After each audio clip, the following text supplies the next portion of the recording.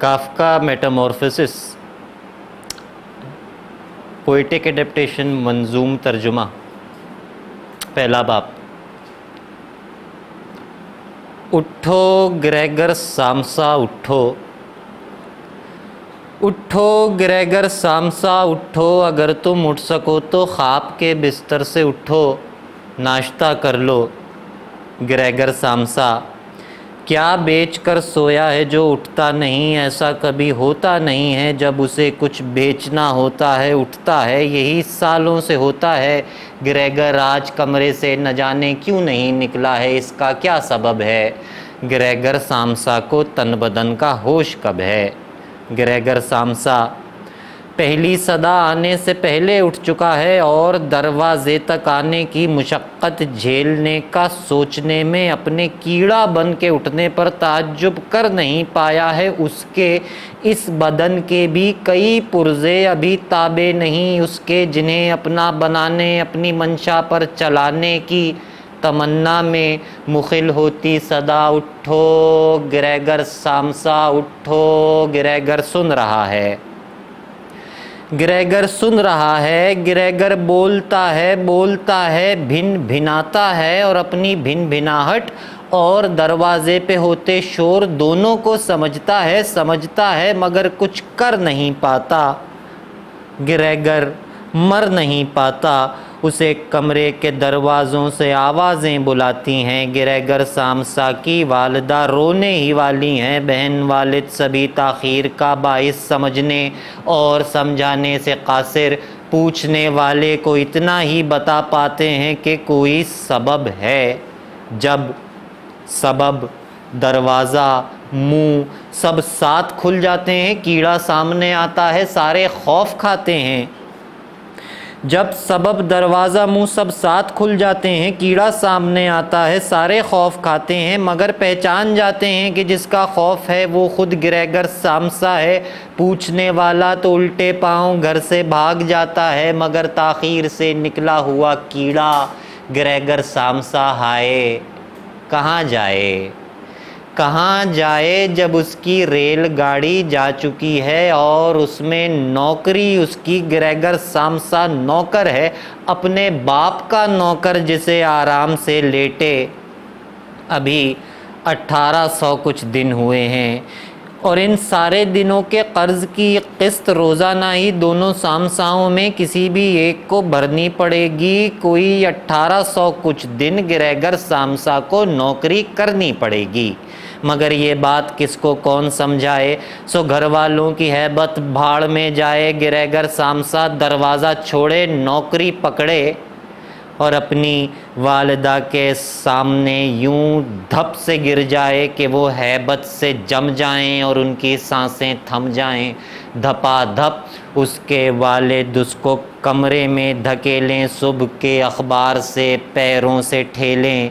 Gregor उल्टे पाँव चल नहीं पाए, कहाँ जाए। उसी कमरे में जिसमें थोड़ा पहले उसका रहना जुर्म था, अब जुल्म है, वापस निकलना जुल्म है। इस जुर्म का इल्ज़ाम भी वो अपने सर ले, मगर ख़ुद उसके डर से उसके चौड़े जिस्म छोटे सर से सहमे हुए लोगों पे कैसे पीट कर ले। ग्रेगर को धकेला जा रहा है, उसे कमरे के दरवाज़े में ठेला जा रहा है, तंग दरवाज़ा, और उसके इस तरफ सब लोग तंग दरवाज़े से फंस फंस कर गुज़रता जिस्म। तंग तंगी आज की और आने वाले उन दिनों की जिनके बारे में छिले जिस्मों से सोचा जा नहीं सकता। ग्रेगर छिल गया है, ग्रेगर छिल गया है। उसे बिस्तर तो वापस मिल गया है, पर वो उस पर सो नहीं सकता कि कीड़ा दर्द की शिद्दत में पहरों ऊँघ तो सकता है लेकिन रो नहीं सकता। दूसरा हिस्सा, जब ग्रेगर अपने कमरे में कीड़ा बना हुआ है, न जाने नींद करके या कोई आहट किवाड़ों से निकलती चरचराहट सुन के डर के जागते कीड़े को उसके जिस्म और उस पर पड़ी ताज़ा खराशों ने बताया है वो भूखा है मगर खा पी नहीं सकता। किवाड़ों की दराजों से निकलती रोशनी उसको बताती है उसे कुछ दूध डाला जा चुका है रात के खाने के ज़ुमरे में। सो दिन तक अब कोई आए ना आए उसके कमरे में जो अब उसके लिए बेहद बड़ा है। ग्रेगर रेंगता है रेंगता जाता है दीवारों के कोनों से पलटकर झट से सोफे में यहाँ आराम पाता है। हरचंद उसका जिस्म सोफ़े से भी चौड़ा है मगर ये रात इन हालात में यूं भी गनीमत है कि जिन हालात में उस रात उसको जागते सोते मुसलसल धूप की शिद्दत सताती है वो अपने आप से कहता है उसको चैन से रहना है जब तक वो यहाँ मौजूद बाकी तीन को बेचैन रखता है। उन्हीं तीनों में सबसे आखिरी दरवाजे से जब भाई को सोफ़े में सिमटा देखती है कांपती है भाग जाती। फिर अपने भाग जाने से हया खाकर पलटती है तो सोफ़े में से निकला सर उसे वो दूध का प्याला दिखाता है जिसे वो पी नहीं पाया समझकर तर्ज खाकर खौफ को अफसोस में और दूध के प्याले को कपड़े में लपेटे लौटती है वो गज़ा लाती है खाने से जिसे भूखा हया खाए भला यूं बहन के आगे वो खाना किस तरह खाए ग्रेट उसकी बहन ग्रेगर और घर वालों की उलझन जानती है। और रोज़ाना ही दोनों सामसाओं को किसी सदमे से मरने से बचाने के लिए 2 बार कमरे में चली आती है खाना डाल जाती है फ़कत खाना कि जिसके साथ पानी भी नहीं है। इसी दौरानिए में खाने में सुनता है ग्रेगर सामसा सब सामसाओं को जो अब कम बोलते कम खाते पीते हैं बहुत मुश्किल में रहते हैं किसी से कुछ नहीं कहते कोई बाहर नहीं जाता कोई अंदर नहीं आता पुराने काम कारोबार की बातों में बूढ़े सामसा ये भूल जाते हैं ग्रेगर अब भी ज़िंदा है फ़कत एक बहन है जो आती जाती है जो सारे काम करती है। महीनों से वो सोफ़े में छुपे भाई का खाना लेके आती है सफाई करके जाती है तो बाहर मुंतज़र दोनों से अंदर के सभी अहवाल कहती है। वो कहती है कि हैबत उस पे तारी है मगर ये ज़िम्मेदारी है जिसे पूरा अगर वो भी नहीं कर पाएगी तो फिर क्या बनेगा ग्रेगर क्या करेगा। उसे मालूम ही कब था कि एक दिन भाई यूं कीड़ा बनेगा और खिड़की से लगा कुछ इस तरह से बैठा मिलेगा जैसे बस अब काटने को है। ग्रेगर सामसा मिस्कीन बेचारा खुद अपने जहर का और शर्म का मारा हुआ सोफ़े से जैसे तैसे कोई चादर लपेटे छुप के सुनता है। वो सुनता है ये कहती है ग्रेगर रेंगना चाहे तो कमरे में कहाँ रहेंगे ग्रेगर रेंगना चाहे तो कमरे में कहाँ रहेंगे हमें अपने दिलों में उसकी और कमरे में उसके रेंगते रहने की गुंजाइश बनानी है। वहाँ मौजूद हर वो शय जो उसके काम की थी अब नहीं है उसके कमरे से हटानी है। ग्रेगर सुन रहा है और वो कहती है कि भैया छत पे दीवारों पे चढ़ता है कोई आहट नहीं करता हमारी चाप सुनता है तो यूं खो जाता है जैसे कि अच्छे दिन ग्रेगर हमारे बिन ग्रेगर क्या करेगा ग्रेगर क्या करेगा। वालदा अब आप तो चले बस वालदा चलिए फटाफट उसके कमरे से हटा देते हैं जो भी फालतू सामान रखा है फटाफट उसके वापस लौटने से पहले चले बस वालदा चलिए कि वो खुद कुछ भला कैसे कहेगा। ग्रेगर चुप रहेगा ग्रेगर छुप गया है ग्रेगर छुप गया सोफ़े में चादर में जब उसकी वालदा आई। अब उसकी वालदा का पास में मौजूद होना ही खुशी बेहद खुशी का एक सबब है। ग्रेगर सामसा को तन बदन का होश कब है। ग्रेगर सामसा में देखने दिखने की अब हिम्मत ही कब है। ग्रेगर जानता था वालदा कमरे के खालीपन को, उसके मन को यूं पहचान लेंगी और कहेंगी कुछ तो छोड़ो, एक अलमारी सही कमरे में कोई शय तो छोड़ी जाए जिससे यूं लगे हम सब उसे पहचानते हैं, अब भी अपना मानते हैं। ग्रेगर सामसा हैरान था, हैरान जिसको खुद नहीं मालूम छोटी और बड़ी में कौन बेहतर है। उसे कमरे को यूं ही देखते रहने में राहत है कि मतलूबा खला उसकी सहूलत है। ग्रेगर चाहते क्या हो, ग्रेगर चाहते क्या हो, कोई ये काश उससे पूछ ही पाता। ग्रेगर चाहते क्या हो, जो समटे और सिमटे जा रहे हो अपनी चादर और अपने सोफे में पड़े हो सर झुकाए, खुद को कमरे के फर्श से यूं लगाए कि सभी कदमों की चीज़ों की धमक सीने तक आए। कुर्सियाँ सरकें, तुम्हारी मेज़ जिस पर तुम पढ़ा करते थे खसके और खिसकती जाए तुमसे दूर, तुम मजबूर। और ये बीबियाँ, ये दोनों बीबियाँ तुमसे तुम्हारा सब चुरा लेने पे तुल जाएं अगर, तो क्या करोगे? चुप रहोगे, छुप रहोगे, चुप।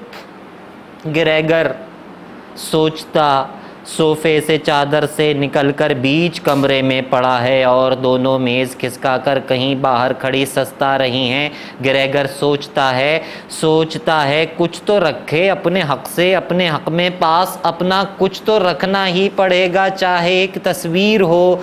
तस्वीर की दीवार पर चढ़ता ग्रेगर माँ को दिखाई दे गया है और वो चिल्ला के गश खा के उसी सोफे पे गिरती है जहाँ पहले ग्रेगर था।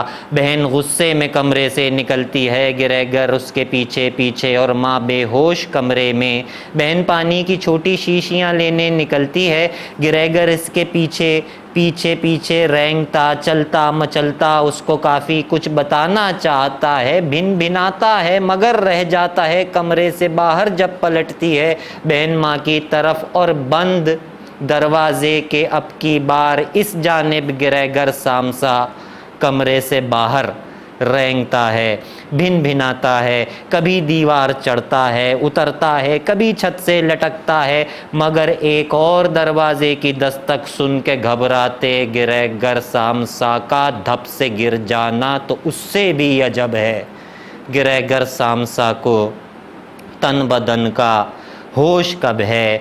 बड़ा दरवाज़ा खुलता है, ग्रेट इसकी बहन वालिद से कहती है ग्रेगर खुल गया है, ग्रेगर खुल गया है, ग्रेगर खुल गया है। और माँ बेहोश कमरे में, बस इतना काफ़ी था। वो बूढ़ा सामसा जो अपनी वर्दी में ही रहता है वो कहता है कि पहले ही कहा था।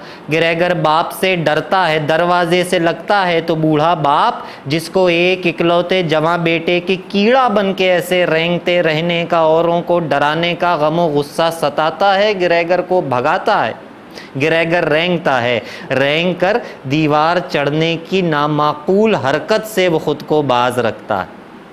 रेंग कर दीवार चढ़ जाने की नामाकूल हरकत से वो खुद को बाज रखता है कि कैसे बाप के आगे कभी पीछे ग्रेगर सामसा कमरे में अपनी ज़िंदगी महफूज रखने रेंगता है। और दोनों सामसा कमरे में थोड़ी देर तक तो भागते रहते हैं जब तक वालिदा को होश आता है। उन्हें जब होश आता है तो वो बेटा बचाती हैं। वो बूढ़े बाप की जानिब बहुत तेज़ी से बढ़ती हैं जो कीड़े पर मुसलसल सेब बरसाता चला जाता है। और तब एक सेब ग्रेगर सामसा की पुश्त में धस जाता है, गोली सा लगता है।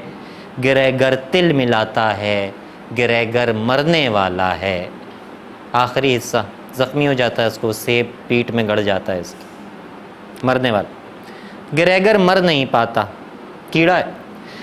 ग्रेगर मर नहीं पाता और अपनी पुश्त में एक माह पहले धंसने वाले सेब के बारे में भी कुछ कर नहीं पाता। ये मोहलिक ज़ख्म इसका भर नहीं पाता है जिससे खून रिसता है, लहू जो याद दिलवाता है वर्दी पोश बूढ़े सामसा को अपना बेटा जो उसी के एक कारी वार से ज़ख्मी है और चल फिर नहीं सकता, बहुत मुश्किल से ख़ुद को अपने खाने तक चलाता है, घसीटता रेंगता वो नीम मुर्दा एक कीड़ा है जिसे इतनी इजाज़त है कि अब कमरे की तारीकी से बातें सुन सके उनकी।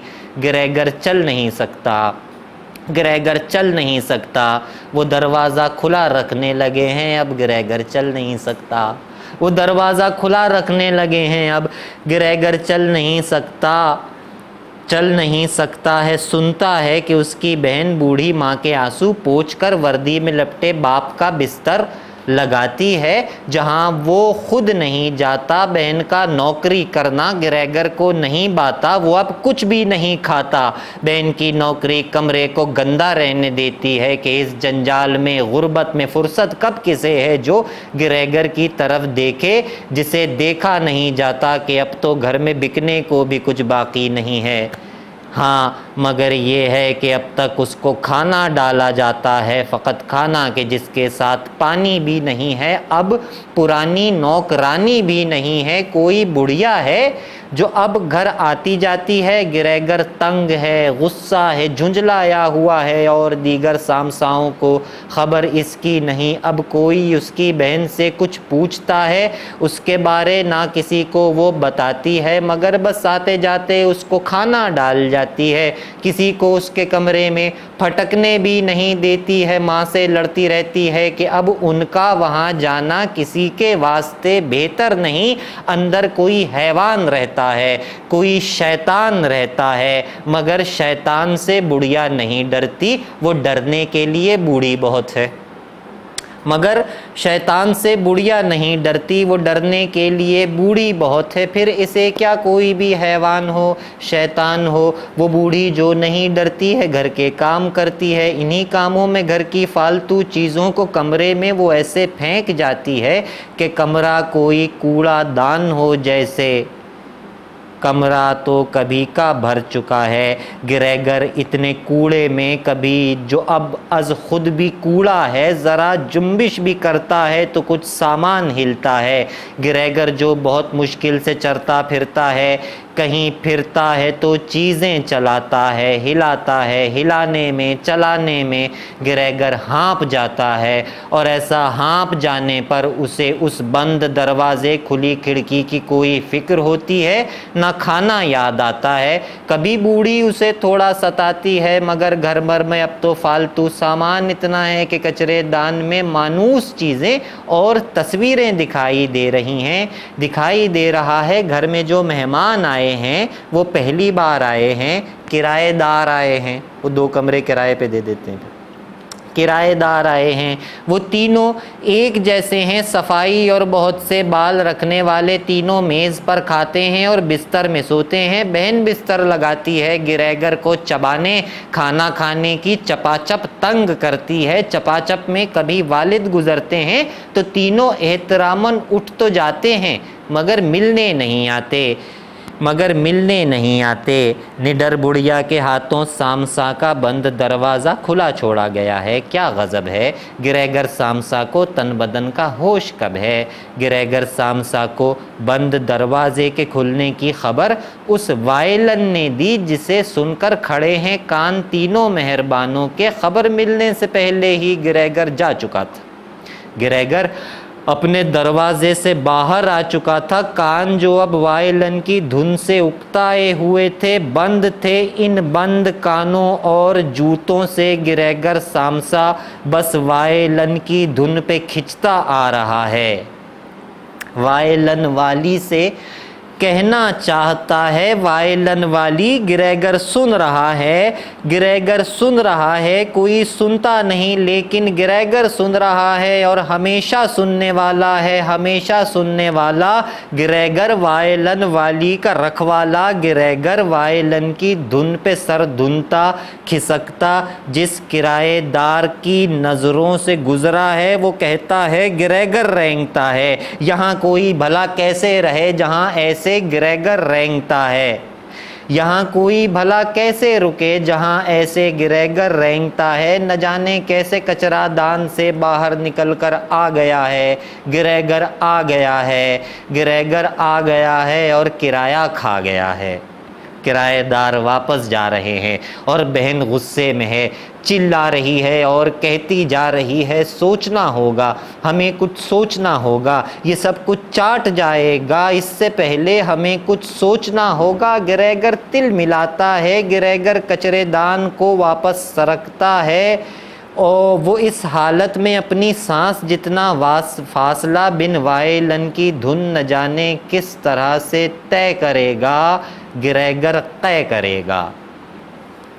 अब इसको आखिरी क़य आ रही है, खून की है और बहन गुस्से में है, चिल्ला रही है, उसके पीछे आ रही है और कहती जा रही है, गिरहगर सामसा कब है, ये कीड़ा सामसा कब है, ये कीड़ा चाट जाएगा, ये सबको काट खाएगा। गिरहगर सामसा होता तो कब का जा चुका होता। गिरहगर सामसा सब सुनता सहता जैसे तैसे अपने दरवाजे पे खुद को लेकर आता है तो दरवाजे के धम यकदम से बंद होने की सदा आती है, सब कुछ दहल जाता है। गिरहगर सामसा का सेब दरवाजे के उस जानिब लुढ़कता है, गिरहगर सामसा उस पार दुनिया के। सवेरे फिर निडर बुढ़िया मर जाता। सवेरे फिर निडर बुढ़िया गिरहगर सामसा के बंद दरवाजे को धक्का दे के ऐसे खोलती है जैसे खोलती है। देखती है सामसा खामोश लेटा है, मुबादा नींद में है। उठो गिरहगर सामसा उठो, उठो गिरहगर सामसा उठो, अगर तुम ख्वाब के बिस्तर से उठो नाश्ता कर लो।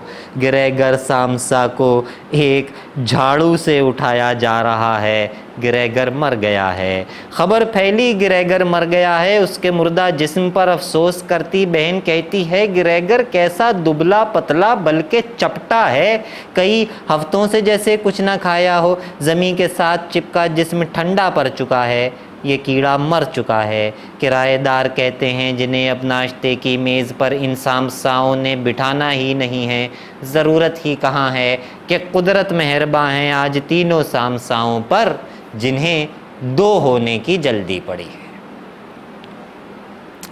तमाम शुद्ध।